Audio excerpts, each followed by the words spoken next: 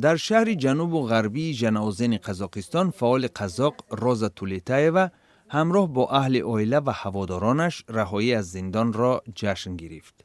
تولتایوا سابق کارمند شرکت انرژتیکی است که با اتهام اشتراک در تشکیل اعتراض کارگران ساحه نفت مجازات شده بود.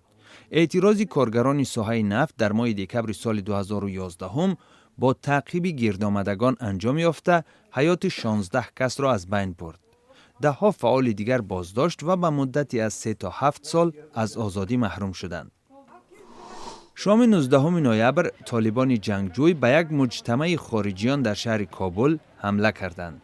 به گفته منصبداران افغان، یک جنگجوی هنگام ترکانیدن ماشینش به هلاکت رسید. 3 طالب دیگر اثنای تبادل آتش با پلیس کشته شدند. در این برخورد یک محافظ مجتمع معروف با نام دهه سبز نیز جراحت برداشته است. در شهر شمال و غربی پیشور پاکستان، افرادی از منطقه قبیله ها بیرون شده از حکومت مرکزی پاکستان طلب کردند که یا به آنها پناهگاه اضطراری دهد و یا امکان دهد که آنها به خانه هایشان در ولایت خیبر پختونخوا برگردند. با آغاز عملیات ضد افراطی ها که 3 ماه پیش در منطقه بره شروع شد، تخمیناً 200,000 نفر مکان دائمی زیستشان را ترک کردند. در ولایت شمال وزیرستان پاکستان باشد، تابستان سال روان با آغاز عملیات ضد جنگجویان 1 میلیون نفر از مکان دائمی زیستشان فرار کردند.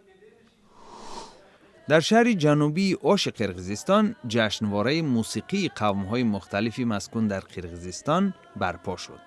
نمایندگان 13 قوم این منطقه عنعنه و هنر خود را نمایش دادند. در شهر قزان جمهوری تاتارستان روسیه فستیوال ترک ویژن افتتاح یافت. تشکیل کنندگان این چهاربینی امید دارند که آن مثل جشنواره یوروویژن مشهور و محبوب خواهد شد.